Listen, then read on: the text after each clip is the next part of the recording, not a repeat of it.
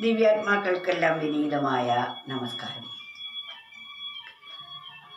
നമുക്ക് ഇന്നത്തെ ഈ ബുദ്ധി കൊണ്ട് ഒരിക്കലും നമ്മുടെ യഥാർത്ഥ സ്വരൂപത്തെക്കുറിച്ച് അറിയാൻ സാധിക്കുകയില്ല. എന്നാൽ എന്നെ അറിഞ്ഞു കഴിഞ്ഞാൽ എല്ലാം അറിയാൻ സാധിക്കും. അതിനാൽ എന്നെ അറിയുക എന്നത് എന്നിലേക്ക് തിരിയുമ്പോൾ മാത്രമേ എന്നെ അറിയാൻ സാധിക്കുകയുള്ളൂ. ഈ ദേഹസ്ഥനായ വ്യക്തിയാണ് ഞാനെന്ന ധാരണയിൽ നിന്നും ആത്മാവാണെന്ന ധാരണയിലേക്ക് നാം ഉയരേണ്ടിയിരിക്കുന്നു. അതിനാണ് മീ ടു മീ, എന്നിൽ നിന്നും എന്നിലേക്കുള്ള യാത്രയാണ് ധ്യാനം എന്ന് പറയുന്നത്. ധ്യാനം എന്നാൽ ധ്യാനം, ബുദ്ധിയുടെ യാത്ര. വിവേകത്തോടുകൂടി ചിന്തിച്ചാൽ നാം മിഥ്യാത്വമായിരിക്കുന്ന ഈ ദേഹമാണ് ഞാനെന്ന വാദം ഇല്ലാതെയാവുകയും യഥാർത്ഥത്തിലുള്ള ആത്മാവാണ് ഞാനെന്ന ബോധം ഉണരുകയും ചെയ്യും. തൻ്റെ യഥാർത്ഥമായ പ്രകൃതത്തെ തിരിച്ചറിയുന്നതാണ് യഥാർത്ഥമായ അറിവ്.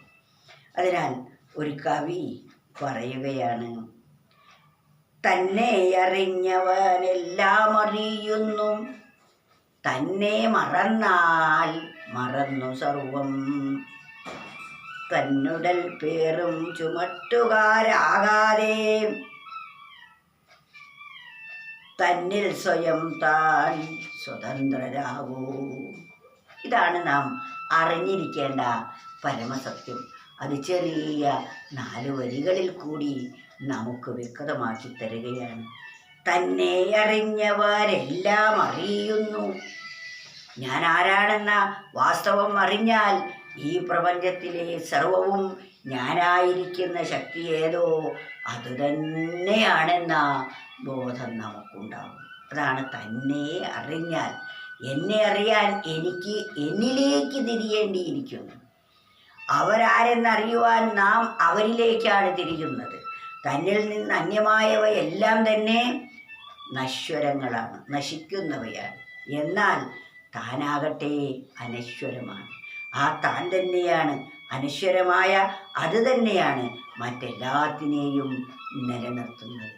അതിൽ നിന്നാണ് എല്ലാം ഉണ്ടായത്, അതിലാണെല്ലാം നിലനിൽക്കുന്നത്, അതിൽ തന്നെയാണ് എല്ലാം ലയിക്കുന്നത്.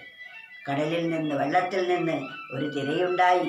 വെള്ളത്തിൽ നിന്നാണ് അതുണ്ടായത്, വെള്ളത്തിലാണത് നിലനിൽക്കുന്നത്, വെള്ളത്തിൽ തന്നെ അത് ലയിക്കുകയും ചെയ്യും. അപ്രകാരത്തിലാണ് ആ രണ്ടാമത്തെ ഞാൻ, അല്ലെങ്കിൽ എന്നിൽ നിന്ന് എന്നിലേക്കുള്ള ഇപ്പോഴുള്ള ഈ ഞാൻ എന്ന് പറയുന്ന ശക്തിവിശേഷം ഈ ദേഹസ്ഥനാണ്.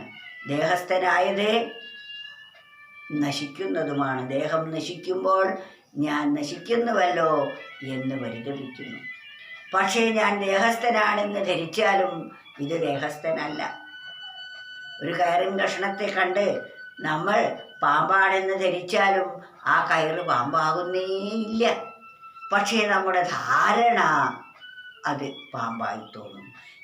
കയറിനെ മറന്ന് പാമ്പാണെന്ന് ധരിക്കുന്നത് പോലെയാണ് എന്നെ മറന്ന് ഞാൻ ദേഹസ്ഥനാണ് എന്ന് ധരിക്കുന്നത്. അതിനാൽ തന്നെ അറിഞ്ഞവരെല്ലാം അറിയുന്നു, തന്നെ മറന്നാൽ മറന്നു സർവം. തന്നുടൽ പേറും ചുമട്ടുകാരാകാതെ, നമ്മുടെ ഈ ശരീരത്തെ ഏറ്റിക്കൊണ്ട് നടക്കുന്ന, ചുമന്നുകൊണ്ട് നടക്കുന്ന ഒരു ചുമട്ടുകാരനാകാതെ തന്നിൽ സ്വയം താൻ സ്വതന്ത്രനാകൂ. ഈ ചുമട്ടു ജോലിയിൽ നിന്നും തന്നെ അറിഞ്ഞ് താൻ സ്വതന്ത്രനാവൂ. താനിതിൻ്റെ നിയാമകനാണ്, താനിതിൻ്റെ ഉടമസ്ഥനാണ്, ഇതിൻ്റെ അടിമയല്ല.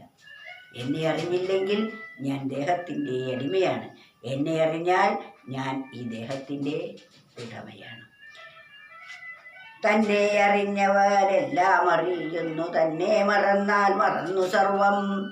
തന്നുടൽ പേറും ചുമട്ടുകാരാകാതെ തന്നിൽ സ്വയം താൻ സ്വതന്ത്രരാകും.